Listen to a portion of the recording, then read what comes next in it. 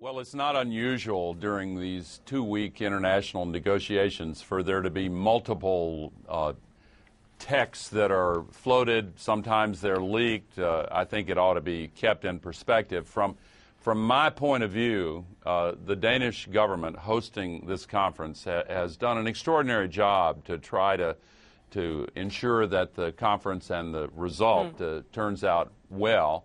And I wouldn't put too much emphasis on a leaked text this early in the process. Although this leaked text specifically was skewed so far in the richer nations' camp, as it were, that I put it to you again. The developing nations simply believe there's no real push for a political or legally binding agreement, which is in anything like their favour. They are furious.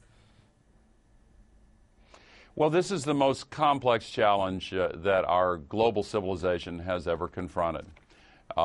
And there will be lots of efforts to try to get texts and versions of the text that all sides can agree to work from.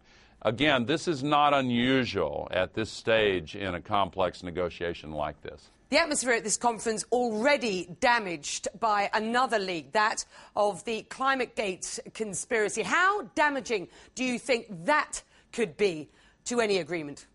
Well, what they've done is they've taken emails more than a decade old and picked out phrases and taken them out of context and misrepresented them. In fact, what it shows is scientists at work, and some of the sections, for example, referred to their view that a particular study didn't have the quality to be included in the full report. Well, it was included and fully discussed and debated, so it was taken completely out of context. And Becky, you know, this is taking place in an era of unreality because all around the world we're seeing the consequences of global warming. Do you think the U.S. Congress will play ball if Barack Obama comes back with an agreement? Well, I think the odds are good that these leaders meeting next week will reach a political agreement that's meaningful and substantive and sets the stage